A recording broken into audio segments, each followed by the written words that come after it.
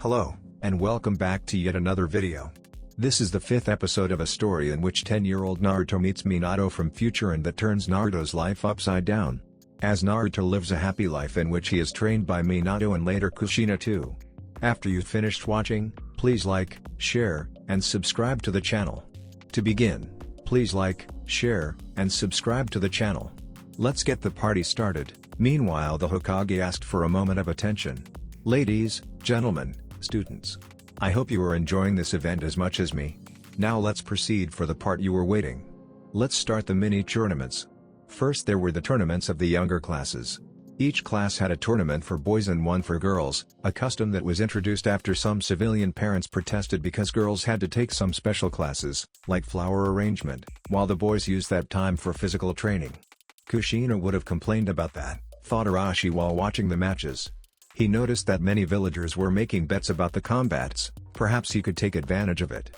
Father and son were watching the matches in luxurious armchairs that were brought by their demi-clones. One of them brought bowls of ramen from Ichiraku for Naruto and other some expensive sake for Arashi. "Dad, why the demi-clones brought 3 armchairs while we are 2?"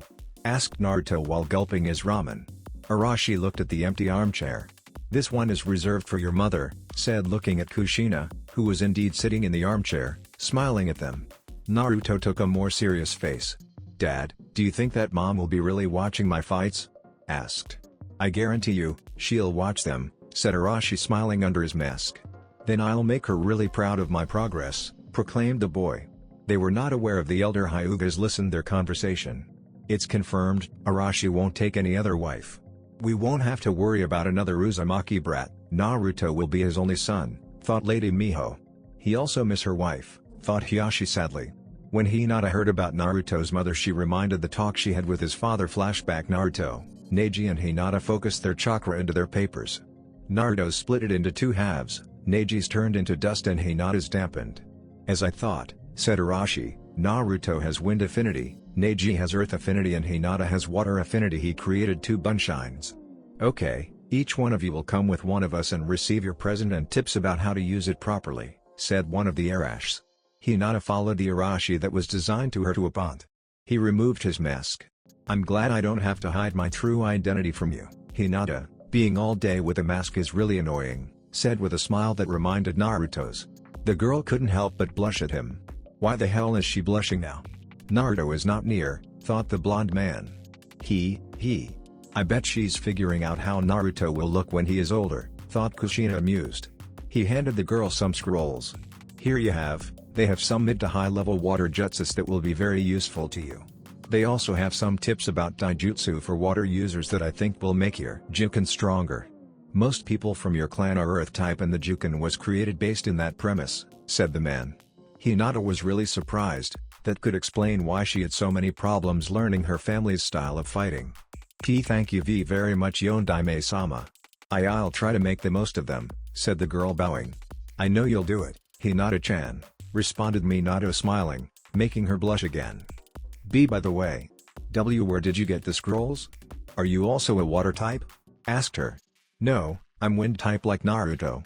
These scrolls are copies from the ones that belonged to Naruto's mother, who was water type like you," said Minato. Minato-sama, I can't accept them.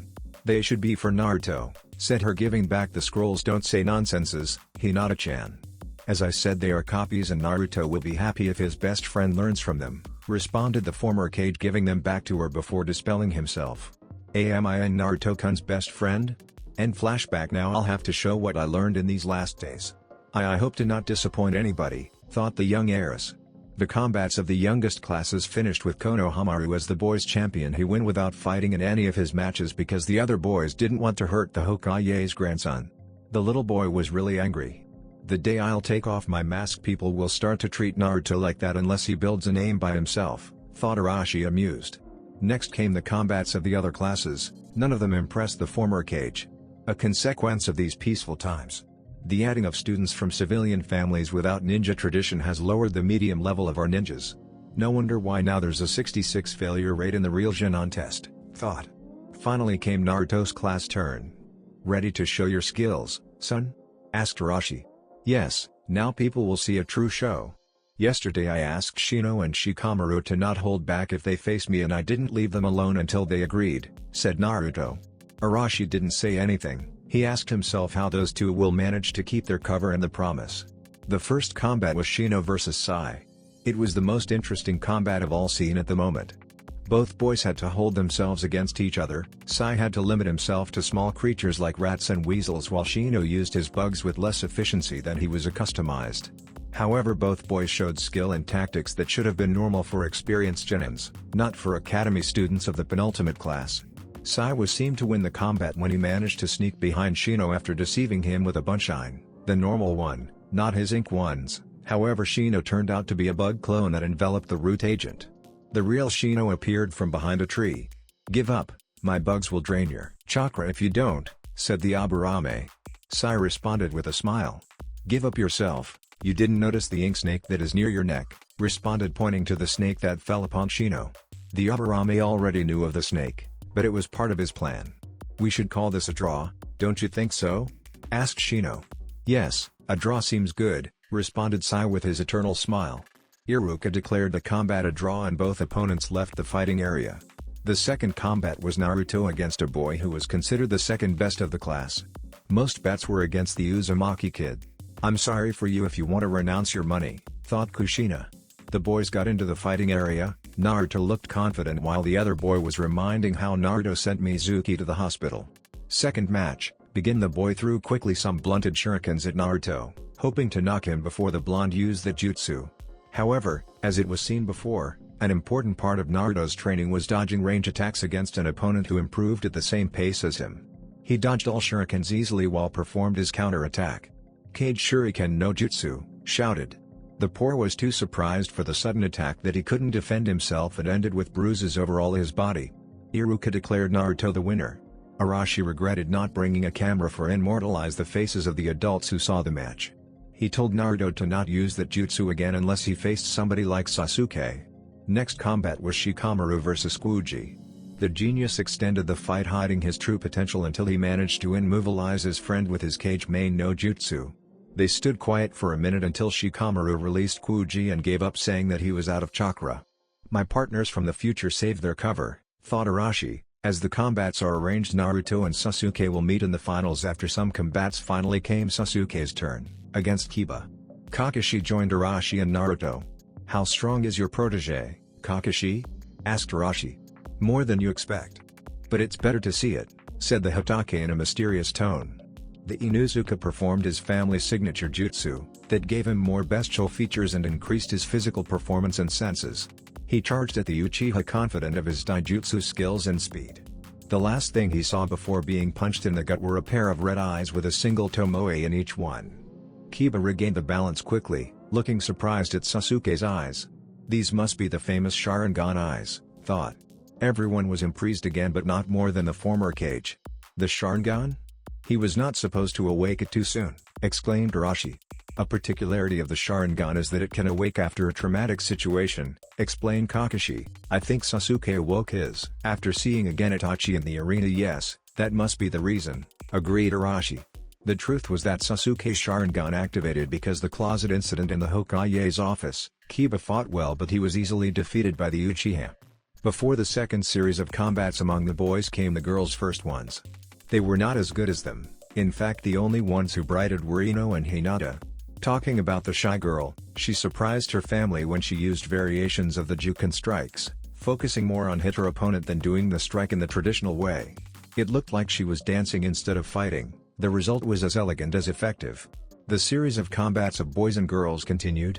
Naruto beat the rest of his opponents using mainly taijutsu, having the original body doing only physical exercises while the clones performed a train worth of many months, with a Kage supervising it, turned Naruto into one of the best fighters of the academy. Sasuke beat his opponents without needing the Sharingan. Kuji lost against a much faster Naruto. The boys' finals will be between Naruto and Sasuke. Among the girls, Sakura, Ino and Hinata proved to be the best. Ino passed to the finals while Hinata faced Sakura in the semifinals. Naruto fought both girls in their previous fights, but now he couldn't decide between supporting Hinata or Sakura. He figured out a perfect solution for the problem. "Demi Bunshine no Jutsu," shouted. When the smoke dispelled, there were two groups of Narutos. One group wore t-shirts with Sakura's portrait while the other had t-shirts with Hinata's face. The girls was accompanied with the cheers of two groups of noisy blondes.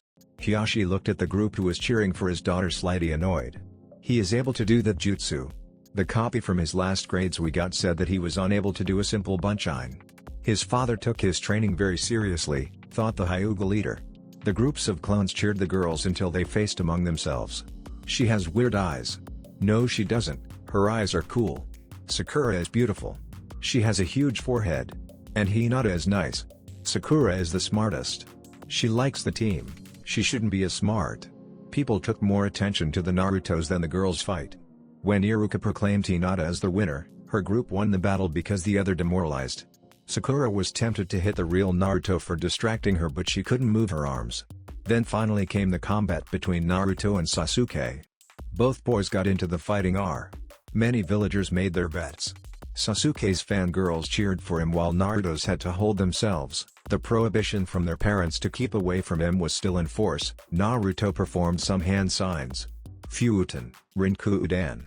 Naruto exhaled a powerful burst of compressed air that caught the Uchiha off guard, knocking him. He mastered his first wind jutsu really quickly. When he learns some more we'll find out what are his secondary elements, thought Arashi. Sasuke recovered and attacked with kunais. This time Naruto had more problems dodging them. Before he realized it, Sasuke was performed his own jutsu. Kaden, Gukaku no Jutsu. Naruto was engulfed by the flames before he could do anything. Yes. The Uchiha killed the demon brat. Now let's take the winnings from the bets. Why his father isn't affected? Thought a Naruto hater.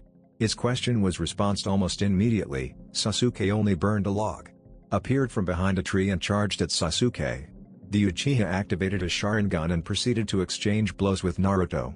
At first it seemed that Sasuke had the advantage because he dodged and blocked more attacks, but Naruto's attacks were stronger and he was more tough than his rival. Sasuke soon realized that and sent Naruto to pond with a kick, looking for a ranged combat. Naruto emerged from the pond and stood there in a fighting stance and a serious face. The impact opened his jacket. Did I say that he took his father's habit of going without nothing? He did. Now a silvery necklace with a green stone was visible hanging in his neck. The Shotime stone, thought Shino. I almost forgot that the Naruto from our time gave it to his father. Lady Miho looked at the stone like a magpie. She discovered its existence when she followed Arashi to the jewelry shop. When we achieve our plan, that stone will belong to the Hyugas, thought. Hinata was also looking at Naruto, but for other reasons. Naruto was with his blonde hair wet and exposing the results of his new training regimen. He looked much better than the photos she had hidden in her room. She had a tremendous blush and a small nosebleed. Same happened with Naruto's fangirls. That reminds me when Minato fought Hokage, thought Kushina, amused at the girls' reactions. Even Ino and Sakura were blushing. Naruto performed the hand signs from before. Futon, Rinku Udan. Sasuke saw his opportunity. Kaden, Gukaku no Jutsu. Sasuke will win, fire is stronger than wind, exclaimed Sakura and most people who heard about the rock-scissor-paper game that was among the elements. To their surprise, when Sasuke's fireball impacted with Naruto's burst of hair, Naruto's attack turned into a superheated fireball that headed to Sasuke. The Uchiha barely escaped from the attack using a Kawarimi. His t-shirt was on fire. He removed it to his fangirl's delight. Yes. Sasuke-kun too, exclaimed inner Sakura happily. How could happen that? Asked some confused students from Neji's class. Wind is supposed to be weak against fire. This is an exception of the rules, explained their teacher. Other elements are overwhelmed by their opposite, but wind is not. Overwhelmed by fire, it ignites. Naruto's attack had more speed than Sasuke's, so it turned into a fireball with less speed. If the speed of Sasuke's attack were higher than Naruto's, the resulting fireball would have headed to Naruto. For that reason, wind and fire users can combine their attacks. Naruto pointed at Sasuke. Okay, I mean Sasuke. Now you'll see an impressive attack, proclaimed Naruto. He took my advice and didn't use that insult. I bet he will use the cage bunshine, thought Arashi. Sexy no jutsu. Sasuke was surrounded by beautiful teenage girls, this time in bikinis. They giggled and hugged the Uchiha to his fangirls' fury and the adult men envy. This won't work against me, Baka, said Sasuke with a slight blush. What? This is impossible, this attack is invisible. Oh, now I know, said the blonde. He dispelled the girls. Sexy no jutsu, a special edition, shouted. When the smoke dispelled, Sasuke was surrounded by muscular teenage boys in swimsuits. Everyone's sweat dropped. People started to whisper, Sasuke's blood was boiling. "I'm not one of those. Stupid moron," exploded. Sasuke threw all the throw weapons he had left. Naruto now had real problems to avoid them. Two of them even made impact. The Sharingan user performed the hand signs for his Gukakyu no Jutsu, gathering all the chakra he had left. "Kaden, Gukakyu no Jutsu," screamed. Naruto had not time to perform his Rinkudan. When the huge fireball almost hit him, he used the first technique that appeared in his mind. "Hizashi," shouted. Naruto's chakra ray pierced through Sasuke's fireball, destroying it and impacting on Sasuke's gut. The Uchiha dangled a little and then fell to the ground unconscious. Iruka checked him. "He will get well. Because his adversary is KO, I proclaim Naruto the winner of the boys category of his class," said the Chunin teacher. People was too impressed to say anything. These who weren't in the last class made a combat that looked like it was done by Chunins, at least for the level of some of the jutsus.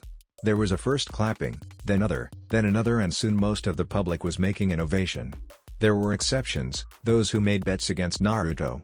Naruto headed to his father, who hugged him. "Have you seen that, Dad?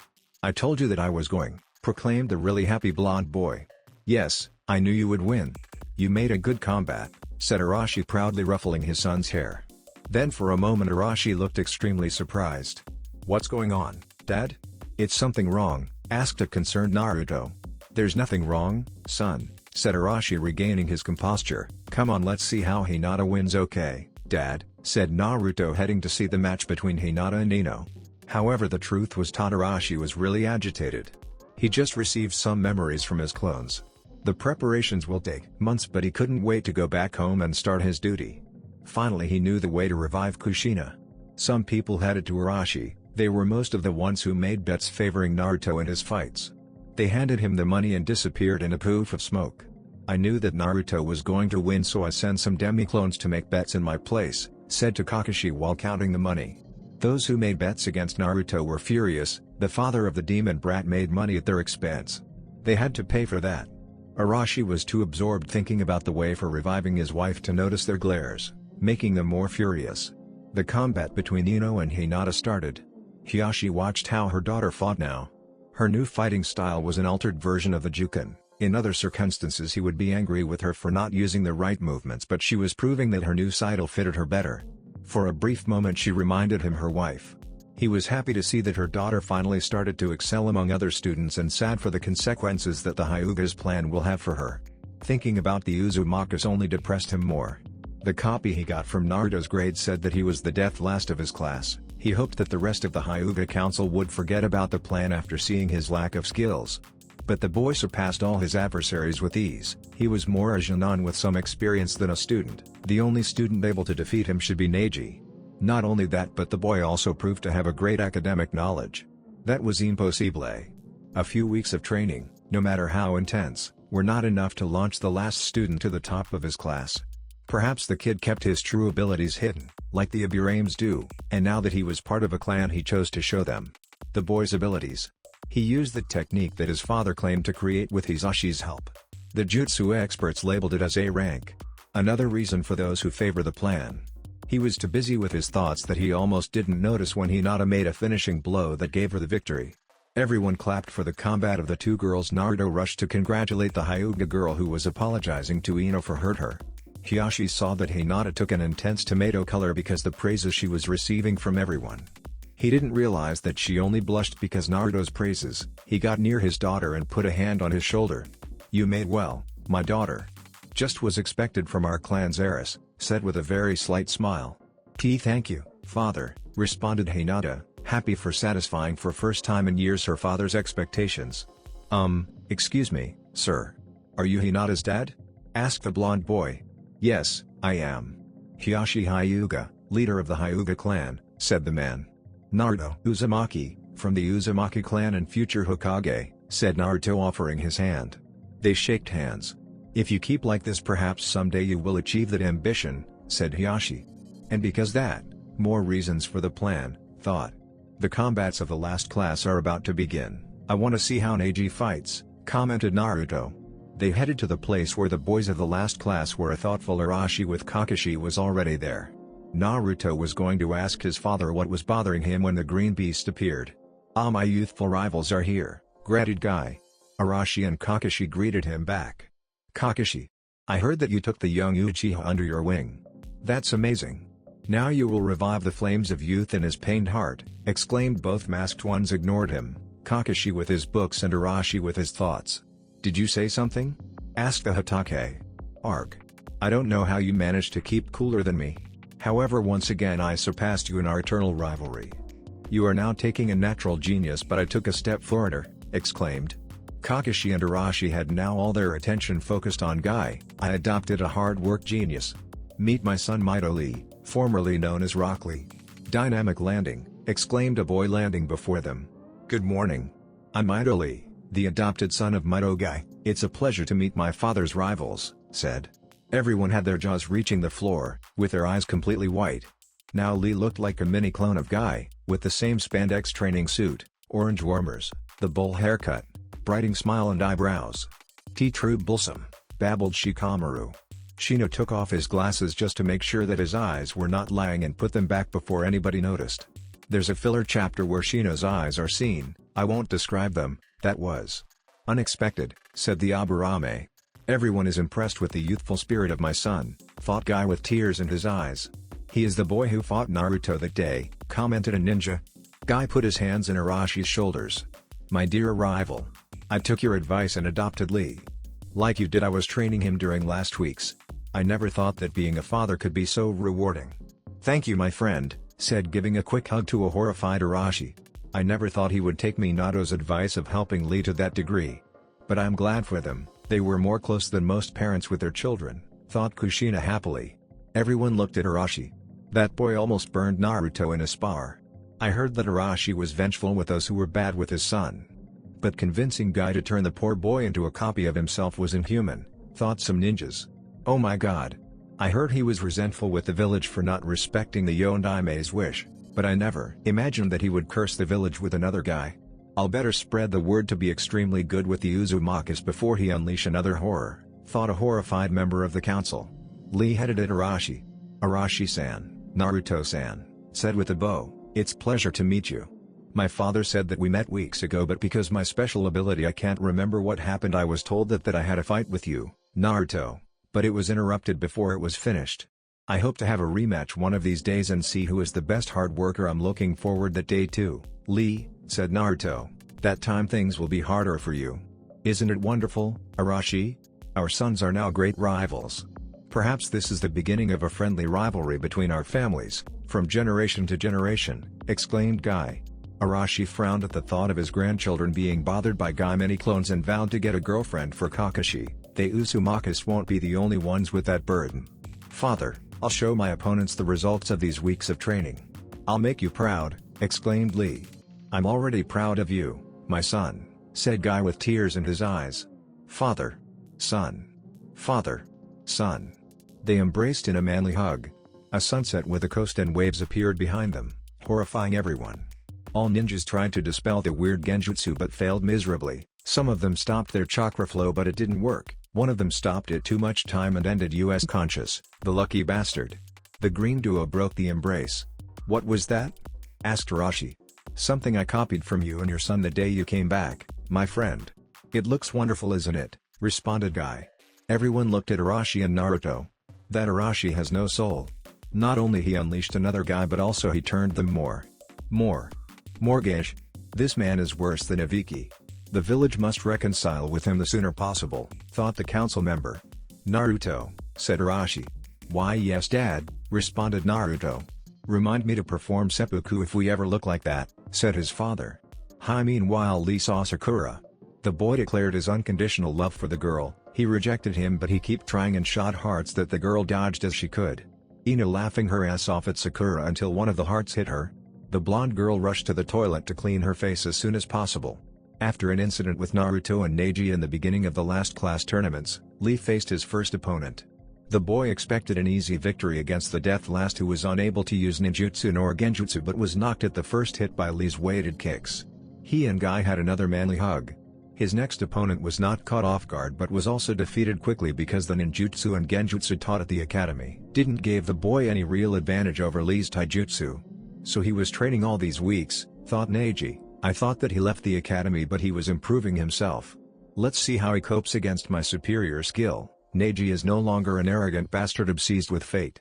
He is now an arrogant Hyuga with a superiority complex. Among girls the only one who sticked out was Tenten, who disabled her opponents without needing to go hand to hand.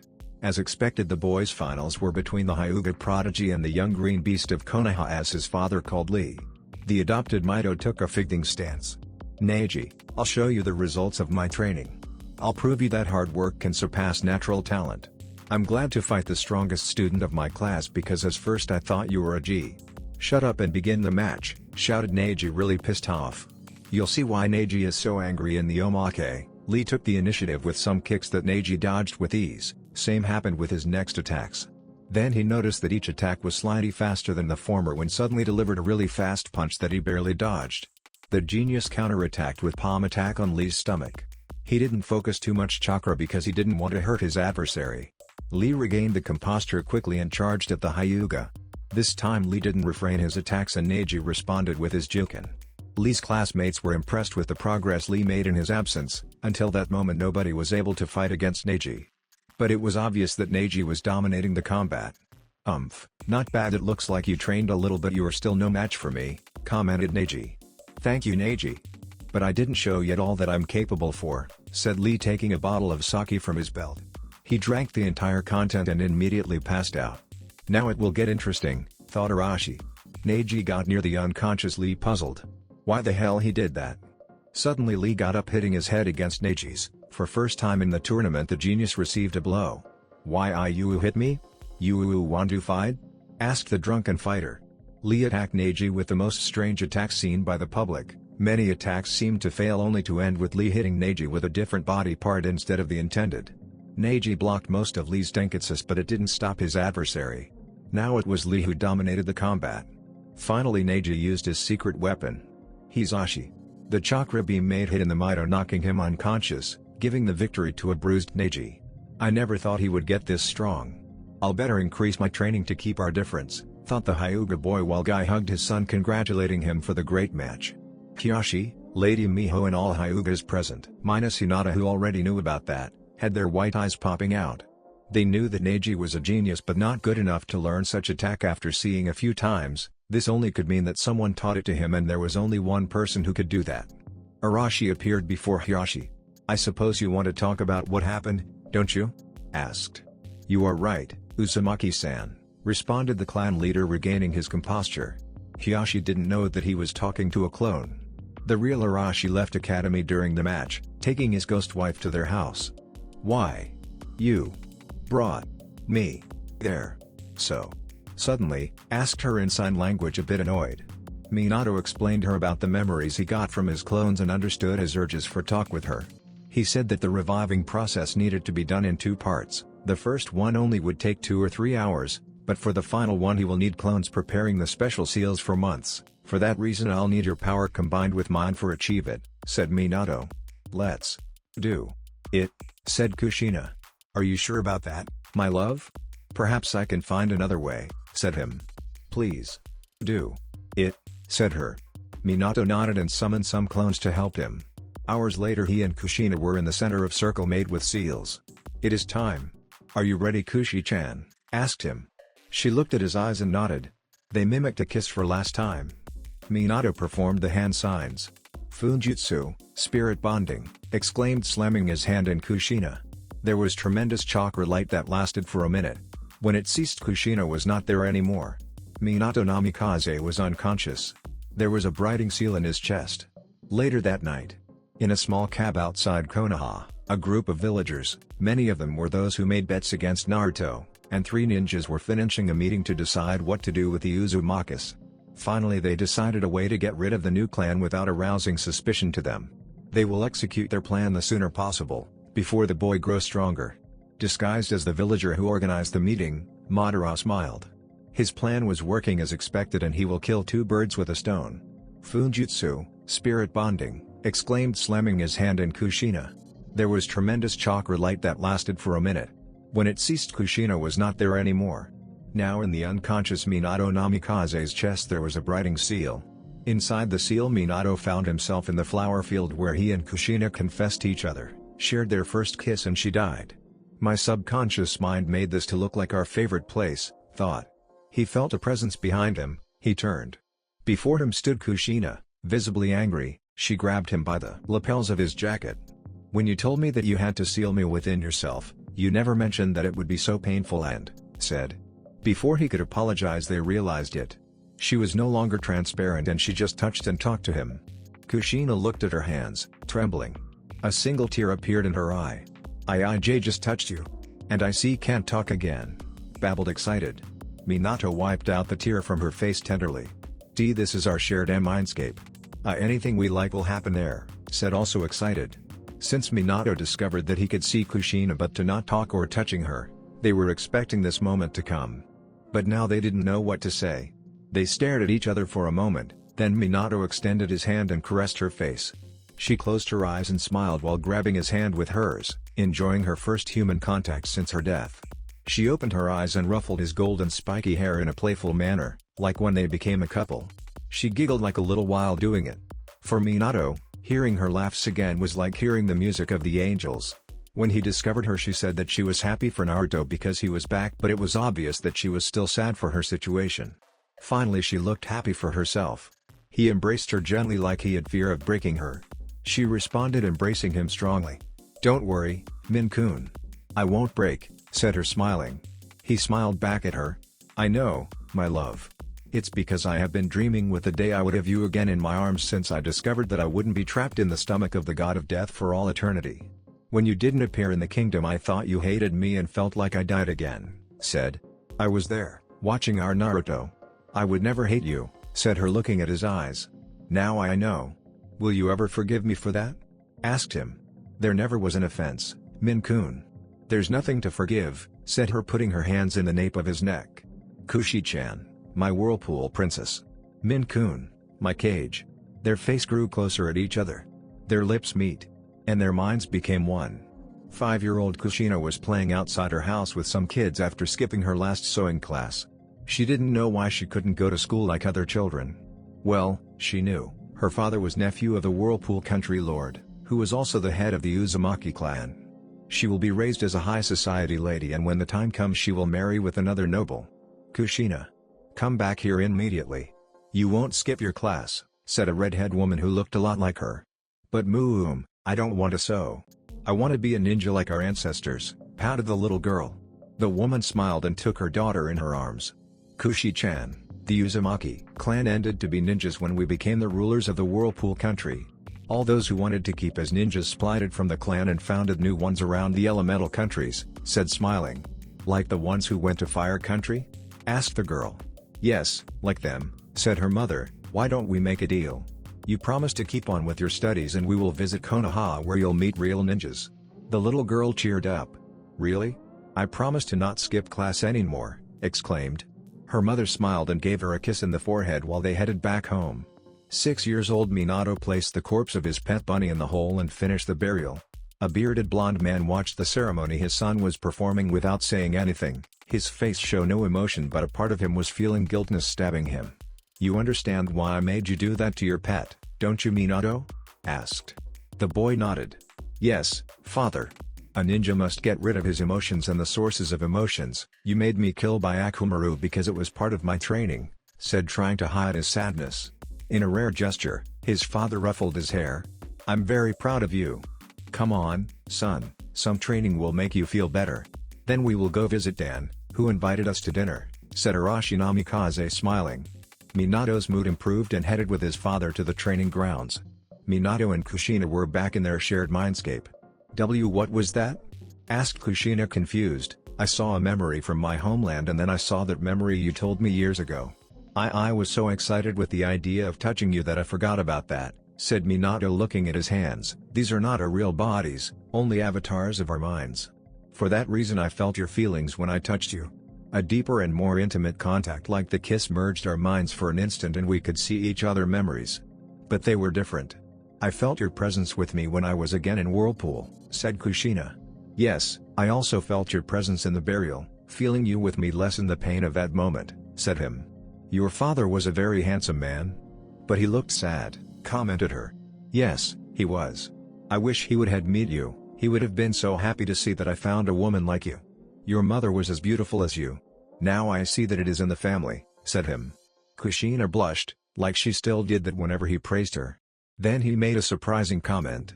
If a close contact merges our minds, we will have to wait until Kushi-chan gets a new body if we want to make love, said Minato. Don't worry, Min-kun, I'll make the waiting worth of it, said her in a mischievous tone and smile. What? Did I said that aloud? Asked him blushing. Hi. As you said, this is our shared mindscape, we can't hide our thoughts from each other, said her still with a mischievous smile. Well, I'm lucky I don't have anything to hide from you, responded him with his hand behind his head. He felt Kushina embracing him. Min-kun, I want to do it again. I want to know more about your past before we meet. How was your life with your teammates? Relive the moments we had together. How was your life in the other world? Said her, burying her face in his chest. He embraced her back. Me too. I want to see how my Whirlpool princess became the woman I have in my arms. Relive our happiest moments. Feel what you felt while watching for our son, said him, rising her face. Their lips met again. Minato was now 9 years, his father's burial finished an hour ago. The kid was watching his father's grave sadly. He felt a comforting hand in his shoulder. It belonged to a man with long silver hair. He had a comprehensive smile. He left me a letter explaining everything. You know why he did what he did, don't you, Minato? Said Dan. Why yes, Dan-san. He took his life because he didn't want me to turn into an emotionless killer, responded Minato sadly. Dan nodded. Yes, that was his reason. You must understand that he did it because he loved you and wanted you to keep your emotions and have the most happy life possible, said Dan. But why he had to take his life? He could have done it without dying, protested Minato in tears. Dan looked at him with a sad smile. He was aware that as long as you both were alive the curse could happen again. With his death the cycle is broken, there's no way that it will happen again. He said in his letter that he wanted you to rebuild your clan in a complete new way, more similar to the new ones, said the Jonin. I think I understand. I think I should join the academy so I will hang out with kids of my age. Become a regular ninja, not a hidden one, said Minato with a slight. That's the spirit, cheered Dan. Come on, let me invite to dinner and later I'll show you the new jutsu I created. It will help me a lot in my way to Hokage. How is your new jutsu? Asked Minato. I'll name it Cage Bunshine no Jutsu, said Dan. The enemy troops were surrounding Whirlpool Castle. The defending troops sent messenger birds calling for help, but unfortunately their allies were a day of distance from them. There was a secret escape route that was used by groups of civilians. Unfortunately they had to flee in small groups or the enemy would detect them. The members of the Uzumaki family refused to leave until all their subjects left the place. Mom, Dad, I want to stay with you, said a teary Kushina. Her parents looked at her. Kushi-chan, don't worry, we will reunite with you in the next group who escapes. Now we must stay there for inspire the troops. As long as the enemy focus its attention in the castle, they won't discover the escape route, said her father. Her mother hugged her. Don't worry, Kushi-chan. We will meet you in Konoha and we will live there happily. They are the strongest ninja village and we will be very well received there, said her mother. Why, you promise? Asked Kushina. When you arrive at Konoha, give this letter to the Hokage and tell him to guard the scrolls I gave you, said her father, patting her head. She nodded. Her parents hugged her before she left with the group heading to Konoha. She would never see them again. A week later she received the news. The Whirlpool Castle was conquered and all members of the Uzumaki clan, the rulers of the Whirlpool country, were killed. The Whirlpool country was no more. She was now all alone in Konoha. Days later. Are you sure about this, Kushina? Asked the Sandaime Hokage. Yes, I'm sure. I want to join the academy and become a ninja of Konoha, said the girl. Sarutobi sighed. When Kushina discovered that all her family was murdered, she locked herself in her room and cried for days. When she finally got out she was a completely new person. She cut her hair and now she was dressing as a boy and asked ninja training. Kushina, you don't have need to become a ninja for living. The Senju clan, the founders of Konoha, split it from the Uzumaki clan 30 years before the Shodaime was born. With the exception of Tsunade, you are the closest living relative to the first and second Hokages. You are the nearest thing we have to a princess, said Sarutobi. Being a princess didn't save my family. If I become a ninja I will be able to protect my precious people, said the girl. Please let me be a normal ninja, no special treatment. Sarutobi was surprised with the girl's attitude. Another person would have used her family name to get a good position in Konoha. At first he thought she wanted to become a ninja for revenge, but her words said other thing. She wasn't born in this country, but the will of fire burns brightly within her. She will be a great kunoichi, thought Sarutobi. Alright, I'll make you join the academy. Lucky for you, very few people in Konoha knows about the noble families outside Fire Country. They won't know that the Uzumakis were a noble clan unless they made a research. I won't do anything to hide the info about your family. Sometimes the best way to hide something is leaving it exposed. Nobody will bother to do a research about an orphan girl with all the refugees who came to Konoha after many minor countries disappeared, reasoned the Hokage. Thank you very much, Hokage-sama, said the girl, smiling for first time since she discovered about her family's death. The scrolls you gave me contain techniques from your ninja ancestors. I'll give you them as soon as you master the academy basics, said the old man. Don't worry, Hokage-sama. I'll become a skillful kunoichi in no time. Believe it. That Dan was the same Dan who was Tsunade's fiancé? And he created the cage Bunshine? Asked Kushina surprised. Yes, he was. Dan was a friend of my father and helped me to cope with the loss after his death.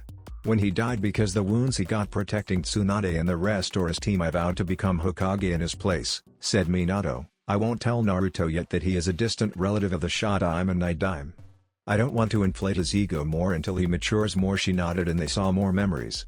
Minato was running towards the academy when he bumped against another person in a corner. Ups, sorry. Are you alright? Asked. Yes, I am not hurt. Why were you running like that? Asked Kushina. I'm getting late for the academy classes. By the way, my name is Minato, said the boy, offering his hand. Greeting to meet you, my name is Kushina, said her, shaking his hand. Wait. Did you say that you are heading to the academy? Yes, why do you ask? Asked Minato. I just joined the academy but I don't know where it is located. Wouldn't you mind if I follow you? Said Kushina. No problem, we will go together, said Minato with a smile that made Kushina blush. In their way to the academy, Minato thought about the boy who was with him. This boy wants to be ninja? Thought Minato. He is as effeminate as a Hyuga and he has some soft and girly hands that obviously never took a kunai. If he doesn't get a special help, he won't last a month. So you thought about me as an effeminate boy when we met while others saw me as tomboy, reproached Kushina to her husband. Well, at least I was the only one who described you as feminine, excused Minato with his hand behind his head. She giggled and they passed to another memory. They relived when they finally became ninjas, when Minato finally discovered that Kushina was a girl and their reconciliation. Later he discovered that the hair clip was family heirloom passed from mother to daughter or from mother-in-law to daughter-in-law, and it was worth of 3 houses. When he was her wearing it, he thought that it was better in her hair than accumulating dust in a box. Since that day I began to feel attracted to you, Kushi-chan, said him. I know. You kept treating me as always, but since that day you always came needed and took more care for your looks, commented her. Kushina and Minato were back to back, facing a squad of enemy ninjas. Their enemies were surrounding them and they didn't have any chance to escape. One of them attacked but was stabbed by one of Kushina's kunais. There are too many of them. I think we won't make it. Minato, I must say you that Ilo, tried to say her but was interrupted by him. We have a chance, Kushina, whispered while giving her a kunai holster without retiring his eyes from the enemy. At my signal create some cage bunshines and made each one throw one of these kunais to the enemies. I'll do the rest. She took the kunai holster. She noticed that the kunais were 3-pronged and had a tag with a complex seal. Now, he shouted. Cage Bunshine no Jutsu, shouted her. They were surrounded by a smoke. Her clones took advantage of the cloud of their creation and jumped upwards with the strange kunais. The enemy ninjas reacted quickly and threw their own weapons and jutsus, but not before each clone threw her kunai. Hiraishin, shouted Minato. He brightened with a golden light and half-second later all the enemies were with their throats open or with mortal wounds. Kushina found Minato at the side of the enemy leader. Minato was removing his kunai from the leader's heart. Yellow flash, babbled the enemy before dying. Yellow flash. Sounds good, commented Minato. Kushina rushed to him. What was that? It was like you moved like the light, asked. It was the Hiraishin, said him, visibly tired for the jutsu. It was a jutsu theorized by my grandfather but none one in my family could finish it. Until today it was amazing. With something like that you will be invincible, you can become Hokage, said her with stars in her eyes. Minato blushed a bit and changed subject. "What were you trying to say to me before?" Kushina asked. This time she was the one who blushed. She gathered all her confidence and spoke. I wanted to tell you that I. Minato fainted because the tiredness before she could confess. Kushina sighed and kneeled on the ground. She put his head on her lap. She took off his Hittite and caressed his forehead. "Min-kun, you always give of yourself more than you can. I wanted to tell you that I love you," said. She lowered her head and gave him a chaste kiss on the lips. "That was our first kiss?" "Kushina, you took advantage of me," exclaimed him with false indignation. "It is a retribution for when you spied on me when I was pregnant," responded her blushing. "It was very romantic. If I kept awake I would have responded the same," said him. "Why don't we see the first one where you were awake?" asked her. It was the spring festival. After a little incident involving one of Jiraiya's schemes, Minato and Kushina were going to have their first date. He was in front of her apartment with a bunch of flowers, dressed with the traditional Jonin gear. He was reminding the plans he had for their date. "Okay, when she got up I say her that she looks very nice, I give her the flowers and we will go to that expensive restaurant, then we will see the festival end." She opened the door and his mind turned completely blank. She was wearing an orange kimono with floral motifs that highlighted her perfect curves. She had most her red hair in a bun, with 2 long locks of hair on the sides of her face while the rest of her hair was loose, reaching half her back. He noticed that she was also wearing the hair clip he gave her when he discovered that she was a girl. She already looked beautiful when she dressed with pants. "I knew that she would look very beautiful dressed like other girls. But I never imagined that a human being could look as beautiful like her," thought. She blushed at the way Minato was looking at her. It was the first time since she arrived in Konoha that she was wearing a kimono and at first she felt a little insecure, but Minato's face convinced her that she took the right choice. "How I do look, Min-kun?" asked. "Like a goddess," babbled him, handing her the flowers. I'm sorry but they can match you." She turned almost as red as her hair at his compliments. She grabbed him shyly by his arm. Well, let's go to dinner." I am hungry," said blushing. "Why yes, it's getting late," babbled him. At the end they didn't go to the expensive restaurant. They took dinner at Ichiraku's where the owner teased them saying that they looked lovely and asking them if they were finally a couple. They expend the rest of the night playing in the different games in the fair. At first he was reluctant to play because he thought it was a bit childish, but after she fluttered her eyelashes a little he tried all games and enjoyed all them. At her insistence they went to a flower camp outside Konoha because she said that the fireworks would look better. When they got there Minato noticed a package at the button of a tree. Kushina handed the package to him. "It was going to be your birthday present but I couldn't resist to give it to you now," said blushing. Thank you, Kushi-chan," said him while he unwrapped it. It was long white jacket with red flames, the one that will become one of the signatures of the Yellow Flash. He put it over his vest. "It fits me perfectly, Kushi-chan." "Where did you bought it?" asked. I made it myself. As I said, I was the first years of my life learning things like that," responded her blushing. He really looked handsome with it before noticing that he was looking at her with a smile. The fireworks started but they didn't take a look, they only had eyes for each other. "Kushi-chan," said him grabbing her hands. "Why yes, Min-kun?" asked her. "I was not sure about what I was feeling since the day I discovered that you were a girl. I always have been very dense for these things. I just recently realized that in that day I felt in love with you," confessed him. Kushina was now the happiest girl in the world. "I always loved you," said her. Coinciding with the big end of the fireworks, their lips met. "It was wonderful, we were so happy," said her a bit sad. "We will have more moments like that, I promise you," said him. They were going to see another memory when they felt the memories of the clone who was left with Naruto. "Naruto is back. We should leave it for another time," commented him. "I'll look forward it, my love," said her. "With you sealed inside me now we will be all time together, being aware of each other feeling and thoughts. An intimacy grade that other couples only can dream," said him before going back to the real world. Minato woke up in the sealing room. The brighting seal in his chest faded until it disappeared. "Kushi-chan, are you there?" asked him. "Yes, I am," said her voice inside his head. "It is strange, I can see and hear through you but it looks that we don't share any other senses. Naruto and the fox are linked like this?" "No, Naruto's seal doesn't let any communication between them unless Naruto's mind travels inside the seal. Our seal is different," responded him. "It is a relief," thought her. Minato reunited with their son at the living room where Naruto was watching TV. He patted his head. "Naruto, you are no longer the death last. I can't express how proud I am for your progress. Soon people will see you as a Hokage hopeful and you will need techniques and knowledge of a cage, said. Naruto blushed a little for his father's compliments, especially the one which said that he wasn't the dead last anymore. Thank you, Dad. That means that you are going to teach me another of your cool techniques? Asked hopefully. Minato nodded. Tomorrow I'll show you your future self's favorite technique, with the Cage Bunshine's permission, said. He created a blue sphere of chakra on the palm of his hand. Tomorrow I'll teach you the Rasengan. The Hyuga Council finished their last meeting concerning the Uzumakis. Unfortunately, for Hiyashi's opinion, the plan got more supporters after the events in the parents' visit day. Flashback, a day ago Arashi appeared before Hiyashi. I suppose you want to talk about what happened, don't you? Asked. You are right, Uzumaki-san, responded the clan leader regaining his composure. As you see, I taught Neji the jutsu I developed along with your brother.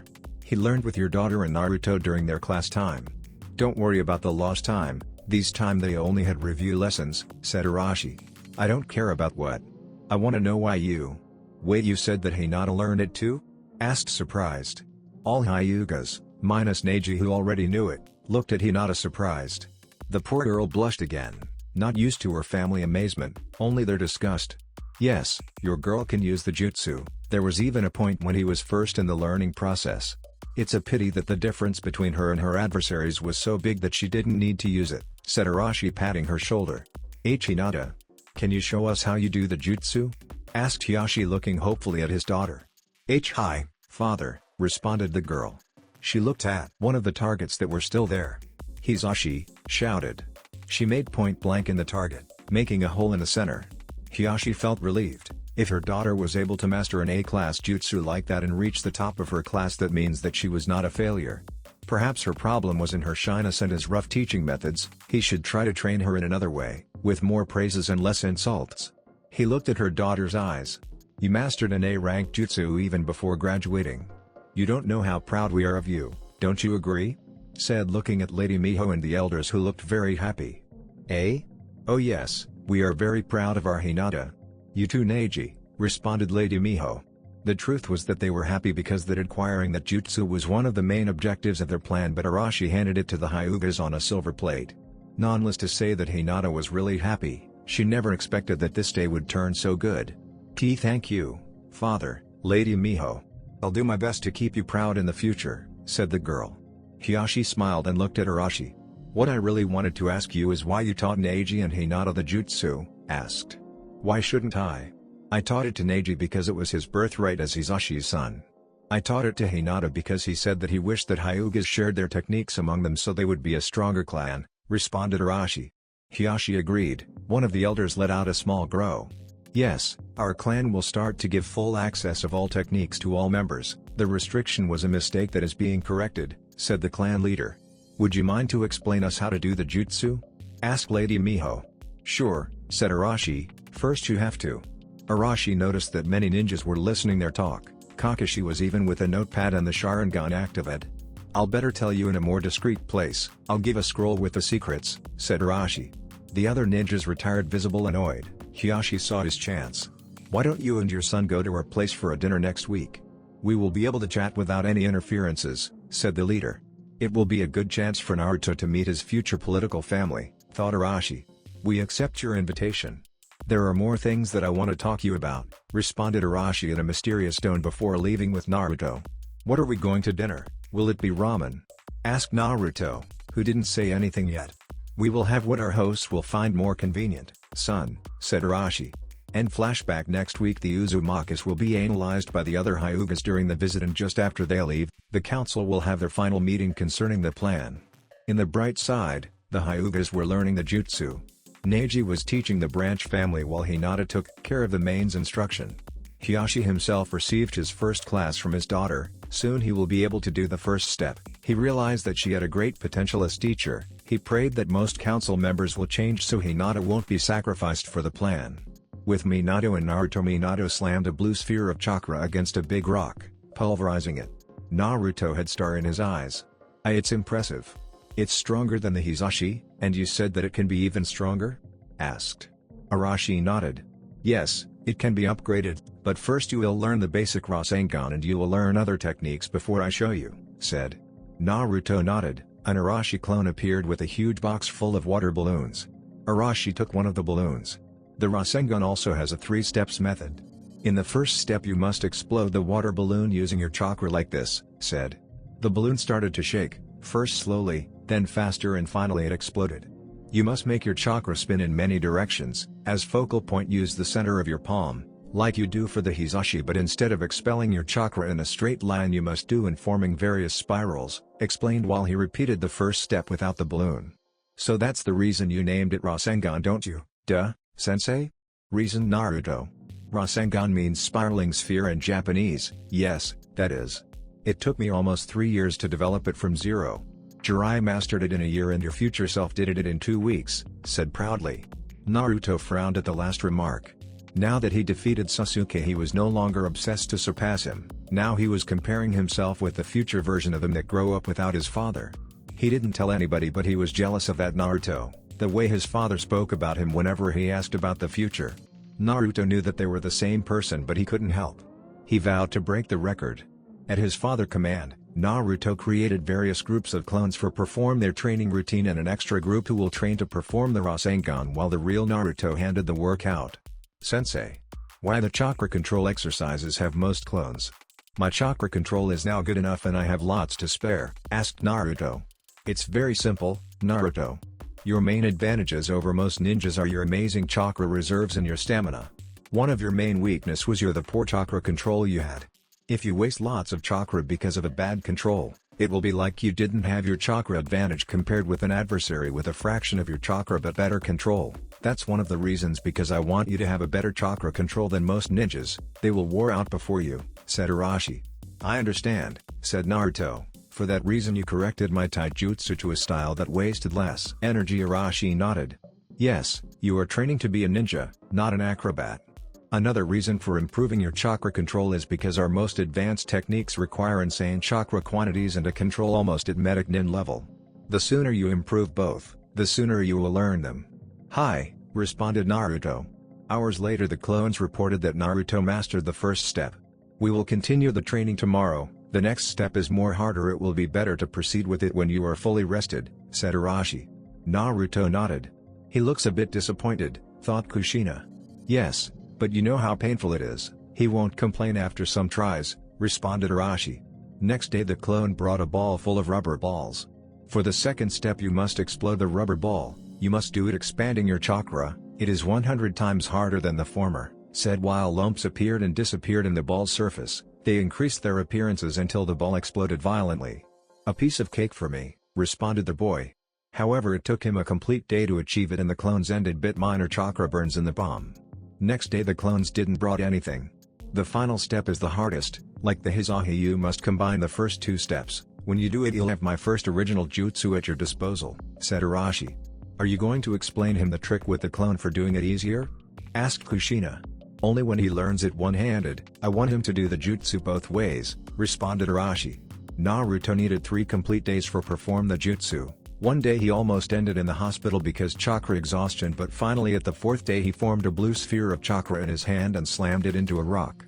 Rasengan, shouted the boy, making the rock explode. Arashi hugged his son. Congratulations, Naruto. You made it, said, then he noticed that Naruto was a bit uneasy. What's going on, son? You should be happy for that, asked the Hokage. My future self needed only 2 weeks without clones, but the training time of my clones was longer than that, responded the boy. Arashi smiled underneath his mask. True, but your future self used a trick that made the jutsu easier, that's the reason he mastered the jutsu in such short amount of time. Let me show you, said Arashi. He created a clone who helped him to form a Rasengan in the hand.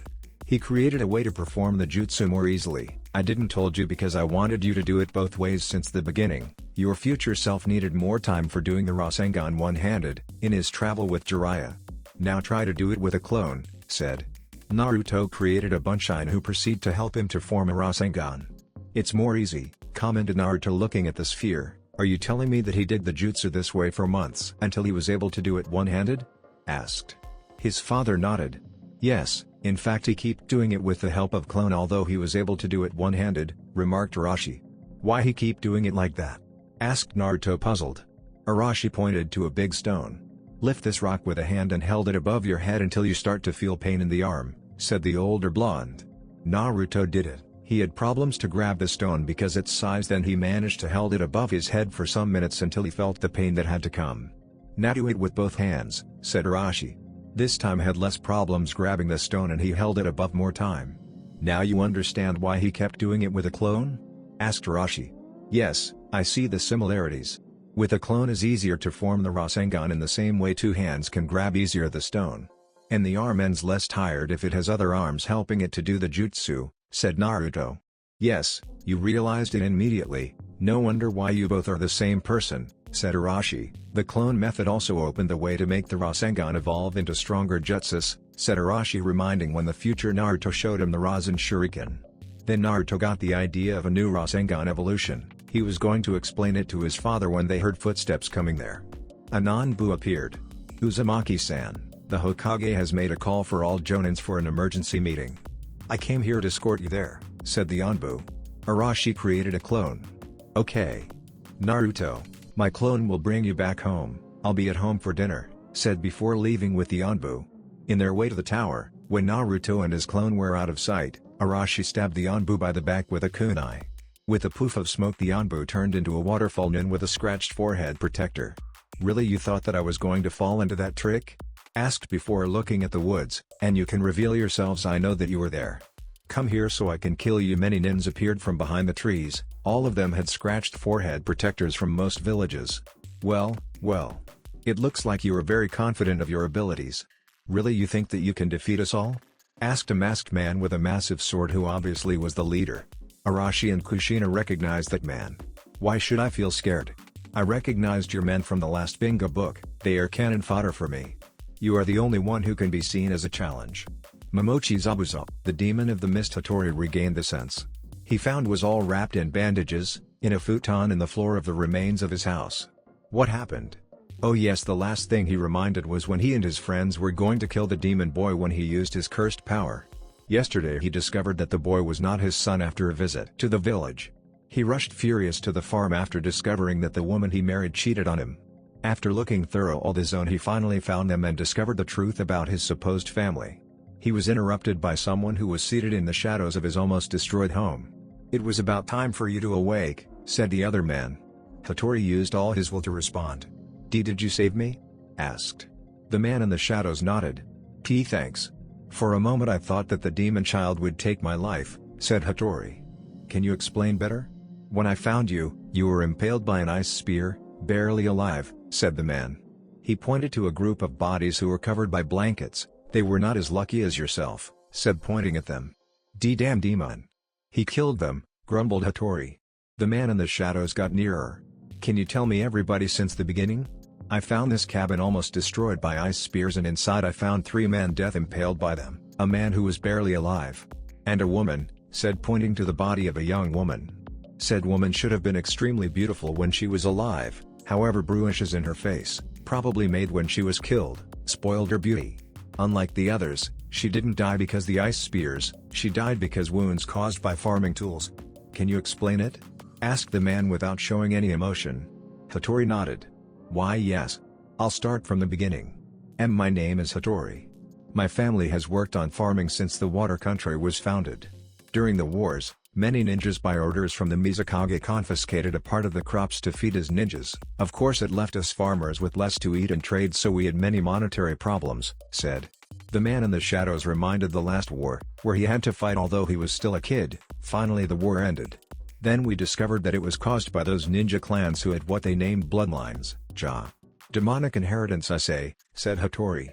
The man in the shadows didn't say anything, but he disagreed. The war was caused because the ambitions of the rulers of the countries, not the ninjas of the countries. The truth was that the Mizukage blamed the clans with bloodlines of being demons to divert the attention of his failure.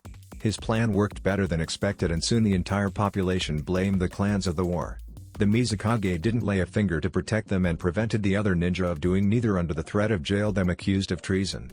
The clans were persecuted until they were forced to leave the country, like the Kagayas, users of the bone pulse.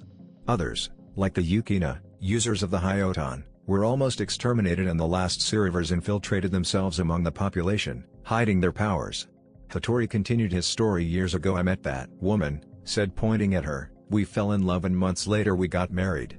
At first everything went fine, we had a son who looked a lot like her, almost like a girl.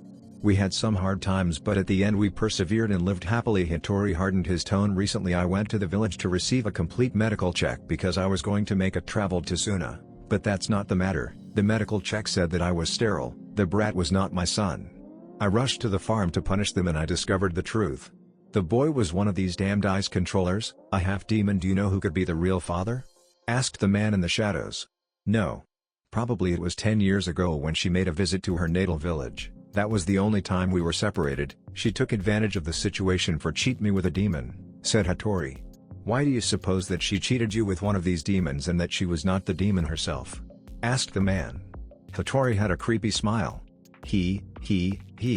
When I discovered the truth I gathered my neighbors and we attacked her. She didn't use any special powers to defend herself, so I suppose that the boy's power comes from his father. She pleaded for mercy but I gave that demon whore what she deserved. Hattori laughed like a madman for a while, not noticing how the rage was building inside the other man. Just after I finished her, the boy appeared. We tried to kill him but he used his cursed powers, killed my friends, destroyed my house and left me in this state. As soon as I heal I'll track and kill that damned Haku, said Hattori. So his name is Haku, commented the other man. Yes, it is. Why do you ask? And by the way, who are you? Asked Hattori. The man in the shadows got up and talked. There are some mistakes in your story. For example, the boy's power doesn't come from his father, he inherited them from his mother, said the man. Why do you say that? Asked Hattori, puzzled. Years ago Hitomi visited her native village. There she met again with her first love, a demon, as you say. They had a wonderful day, reminding happier days. That night they consummated their love and the demon asked her to marry him.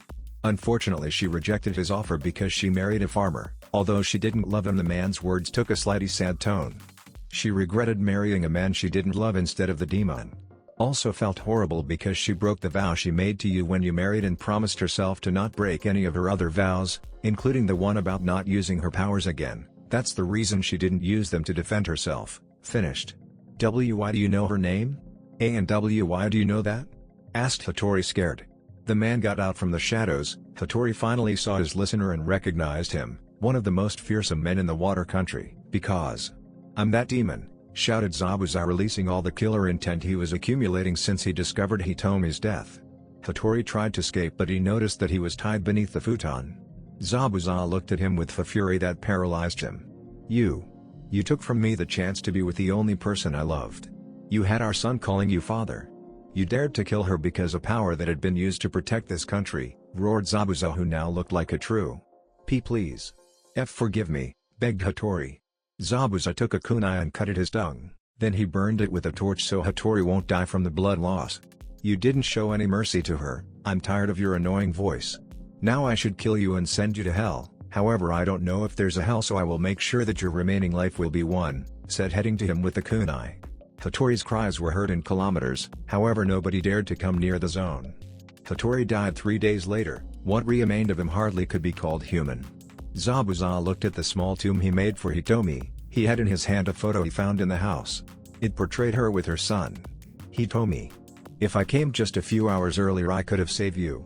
Now all I have is the revenge. But revenge to who? That bastard is dead. All this happened because the Mizukage blamed clans like yours of the war. He betrayed your family, and because that you had to live hiding your true heritage and marrying a dirty farmer. I will kill that man, take the place as Mizukage that he proved he didn't deserve, and create laws that will protect people like you, said. He looked at the photo. I will find our son and train him to become a powerful ninja. Together we will avenge you, Hitomi said with tears in his eyes.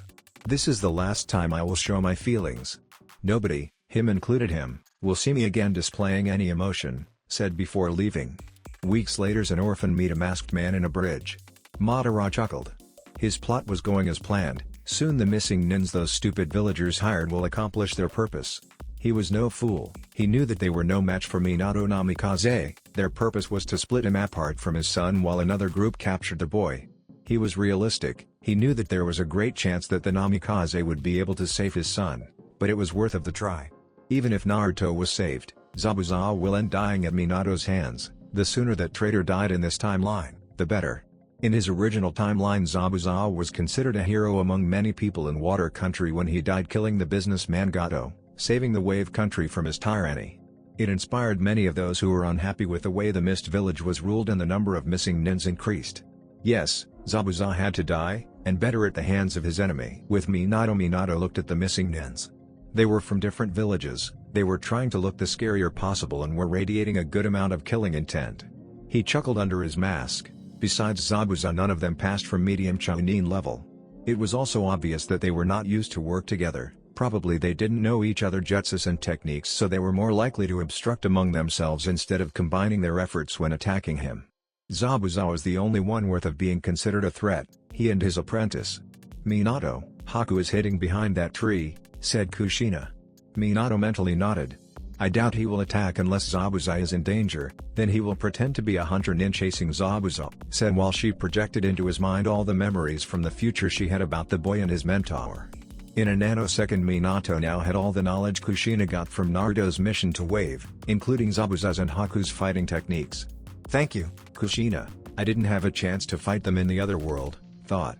Minato, please don't hurt them too much. Haku is a good person. He and Naruto would have become great friends if they met in different circumstances, said her.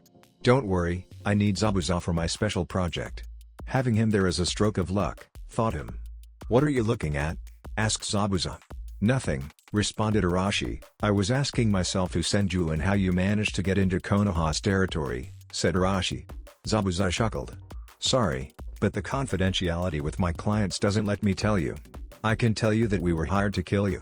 I still don't know why they hired those maggots too, I can do the job all by myself, said Zabuza. Don't call us maggots, roared a ninja from Cloud, we can defeat him without your help. The other missing nins nodded with him. Zabuza nailed his massive sword in the ground. Then show me, I will let him all for yourselves. You'll get my part of the payment if you success, however I won't help you if he starts to kill you, said the former swordman of the mist. The Cloud Nin, who was between two nins from Waterfall, was the first to attack. Reagan. Lighting element, lighting sphere, shouted while he shot a ball of electricity at Arashi. There was a dazzling explosion where Arashi was for a few seconds. When the light dissipated instead of Arashi there was the charred body of the nin who performed the jutsu. Before they could react, the ninjas from Waterfall had two kunais embedded in the base of their necks. 3 less, said Arashi, who was now in the former place of the Cloud Nin. It's true. He can use his own enemies as replacement for the Kawarimi, thought Zabuza impressed. A rock nin made some fast hand signs. Doton, Doritomu, Earth Element, Dungeon Chamber of Nothingness, shouted. A semisphere formed around Arashi. Ha! Now I will absorb your chakra, exclaimed the rock nin while he got near the dome. Before he could touch the semisphere Arashi break through it. What? Impossible, exclaimed while he tried to impale Arashi with his sword. At the moment the sword hit Arashi he turned into a lighting explosion, charring another nin. I think I put too much chakra into my Raiden Bunshine, I only needed him to make a hole in the dome, joked the true Arashi while he got out from it. Minato, use some of my jutsus to finish the remaining 2, asked Kushina. He nodded mentally. There was a pond in the zone, obviously Zabuza chose to ambush him there to take advantage of his water jutsus. Arashi performed some water signs that Zabuza recognized. Impossible. He also knows that jutsu? Thought. Suten, Suryudan no jutsu, water element, water dragon technique, shouted Arashi. He directed the dragon to the last ninjas, they tried to dodge it but an unknown force stopped them. The dragon pushed them toward a rock, breaking their spines. Arashi smiled underneath his mask, the way to revive Kushina required him to have control over the 5 elements. He had wind as his primary affinity, with lighting and fire as the secondaries. Kushina had water as her primary, with earth as her secondary. When Minato sealed her inside him he got access to her spiritual energy, combining it with his physical energy he was now able to produce a chakra with Kushina's affinities. While Naruto was learning the Rasengan, Minato used the Cage Bunshine trick to train in the use of Kushina's elements. Only pain can match us now in the variety of elements, thought Arashi. Yes, but the best part is that now I will be able to help in the upcoming battles, said Kushina. Minato agreed with her and looked at Zabuza. Have you seen enough? I know that you only wanted to evaluate me when you let the others attack, said Arashi. True, now I won't have to share my payment with those fools, said Zabuza chuckling. This man is not an ordinary Jonin, thought Zabuza. I wonder why he is not in the bingo books. The villages love to talk big about their strongest ninjas. I'll have to discard range attacks or he will use the technique to switch me with himself. Lucky for me he doesn't seem to have a weapon to match my sword. Oh, now I remember about you. You are the one who killed all the graduation class in the final exam in Kirigakure. Since then they changed the exams, said Arashi. Yes, it was me. Aren't you scared? Said Zabuza, releasing some killer intent, hoping to demoralize his adversary. Arashi kept undisturbed. No. Why should I be scared? You only killed a bunch of students who were not even genins. Those fools could have done the same, said Arashi, pointing at the corpses. Zabuza swung his massive blade. Enough talking. Prepare yourself, shouted. Arashi took out two tree-pronged kunais. He focused wind chakra in the one in his left hand. He did the same with the one in his right time, but this time he also elongated the blade until it was as long as a katana. Arashi took a fighting stance where he had the shorter blade pointing at Zabuza while he had the longer over his head. I know that style. He's a sword style that uses the shorter blade for defense and the longer for attack. However, he can also use the short blade for stabbing if he gets too close. I'll have to take advantage of the higher reach of my sword against him, taught Zabuza. Zabuza made the first move. Arashi dodged the attack with ease and countered with the shorter blade. With a quick movement, Zabuza blocked the attack with his own blade. To his surprise, Arashi's blade made a second hole on his sword. If he would have used the longer blade, he would have stabbed the former swordman of the mist. Arashi now took the initiative, taking advantage of Zabuza's surprise. The demon of the mist had to do his best to avoid Arashi's attacks. He blocked some of them but desisted when he noticed that Arashi's attacks were covering his blade with deep scratches. Shit. He also has wind affinity. I thought that he used normal chakra for elongate his blades, thought Zabuza. If I keep like this he will destroy my sword. I'll have to be faster than him if I want to make a blow. Zabuza now attacked more viciously. Arashi responded, increasing the speed of his attacks. If Arashi was using normal blades instead of his kunais, he would have been crushed by any of Zabuza's blows in attempting to block him. Unfortunately for the demon of the mist, he had to refrain his attacks at the moment Arashi managed to block if he didn't want to have his sword destroyed. Zabuza made a somersault backwards and looked at Arashi. Not bad, I must recognize that you impressed me, but now I'm going to finish you with my speciality, said while making some hand signs. Kirigakure no Jutsu. Hidden mist technique, exclaimed. The area was enveloped with a thick fog, making almost impossible to see. I see, you are going to use the silent killing, eh? Let's see how you deal with various targets. Kage Bunshin no Jutsu, shouted Arashi. 3 clones appeared and surrounded the original. Did you know there are 8 points in the body that promises a kill almost instantly? Said Zabuza's voice. That is taught at the academy. Your intimidation tactics won't work against me, responded Arashi. Zabuza took advantage from the fact that Arashi revealed his position and attacked him. He eluded the clones easily and proceeded to kill the original. To his surprise, Arashi exploded in flames at the moment he hit him. If he had used a weapon with a shorter reach he would have been burned. Cat and clone, I'm the only one able to use them. I always thought that shouting the name of a jutsu only gives info to your adversaries about your techniques. I took advantage of that stupid behavior, said Arashi while floating over the mist. Arashi took advantage of the mist and used the Hiraishin to get out of it. The mist itself cloaked the yellow flash effect of his jutsu. Unlike many people think, the Hiraishin was not a high-speed technique nor a teleportation. What the Hiraishin made was accelerating the flow of time between 2 points. It worked, creating a small time breach that generated the famous yellow flash effect. For Arashi, everyone was moving at slow motion while he moved at his usual speed. For the rest of people, he moved at insane speeds. Arashi also created kunais with seals made from his blood that were used as markers for create a net of time breach that let him attack multiple opponents. Because the Hiraishin was not a speed technique, it didn't generate a blow of wind that would alert Zabuza of him getting out of the mist. The other clones attacked Zabuza. He made hit in one of them expecting it to explode in flames. The clone didn't explode, he grabbed the sword while it was still embedded in him. Zabuza noticed that the clone was made of dirt. Looking at the wound, a Doden clone, a type that was able to receive some heavy blows before being destroyed. Zabuza destroyed the clone and dispatched the other ones quickly, then he realized it, his adversary has used a Raiden clone, a water dragon, blades with wind chakra, a Kaden clone and Doden clones. Arashi was able to use all 5 elements. He dispelled the mist to locate his adversary only to find him floating over him. Who are you? There's no way that somebody like you could be classified as an A-ranked nin, said Zabuza, trying to hide his growing fear. Those who hired him said that I was A rank? thought Arashi undignified. "You'll be able to discuss the matter with them soon," said Kushina. Haku was scared. This man disposed the other nins like they were nothing. Then he fought Zabuza, countering all his tactics. Now the man was floating over him. Obviously he was above their league. Now it was time to pretend to be a hunter from Kiri, fake Zabuza's death and leave the place. He threw the senbon needles to Zabuza's vital points, but at the moment they were about to hit him, they stopped in midair. It was followed with a sound like wind. "It was a few Uden clone," said Arashi. "It stopped from move those fools who were killed by my water dragon, and I assigned him to watch over you while I dealt with Zabuza," said Arashi, looking at his hideout. Haku made himself visible and pretended to be a hunter nin. "Congratulations, your skills are really impressive. I was after Zabuza for days and I found him fighting you. I was waiting for the perfect moment to kill off him and," said before being interrupted. "Stop pretending yourself, you are not a hunter nin. Real hunters wouldn't use senbons as assassination method. I think that you are Zabuza's backup plan," said Arashi. "No, I'm a hunter nin, really," said Haku, sweating. Before he could say anything, Zabuza was immobilized by other two Uden clones that Arashi had as backup. "If you are a true hunter, you'll let me kill Zabuza and then you'll destroy the body," said Arashi while he formed a Rasengan on his hand. He charged at Zabuza with great speed, aiming to the heart.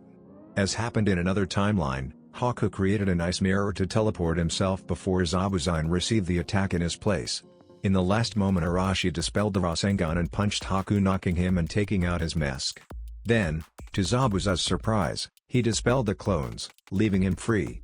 "He was ready to die in your place. You are really precious to him," said while he leaned the boy against a tree. "He is my tool, this is what he is for," said Zabuza, taking a fighting stance. "There is no need to fight. Obviously your client lied about me and you expected to fight a weaker opponent. There's no reason to keep on with your contract," said Arashi. Zabuza agreed with him and hanged his sword back on his back. "Now, will you tell me who hired you so we will make him a visit? I also have a proposal for you and your apprentice," said the blonde. Zabuza looked at the other nin for a few seconds before he made his choice. "The others and myself were hired to kill you while other group led by the demon brothers abducted your son and," said before Arashi received the memories of the clone he left with Naruto. "Naruto is alone with the enemy," exclaimed while he headed to the place he left Naruto, not before leaving a clone for watch over Zabuza and Haku. On his way he felt a tremendously an evil source of chakra, something he never expected to feel again, and increased his pace. The Kyuubi's chakra. That's it for this video. I hope you all enjoyed the video. Don't forget to like the video, subscribe to the channel, and follow me on my other social media accounts. Anime God here, and I'm signing off.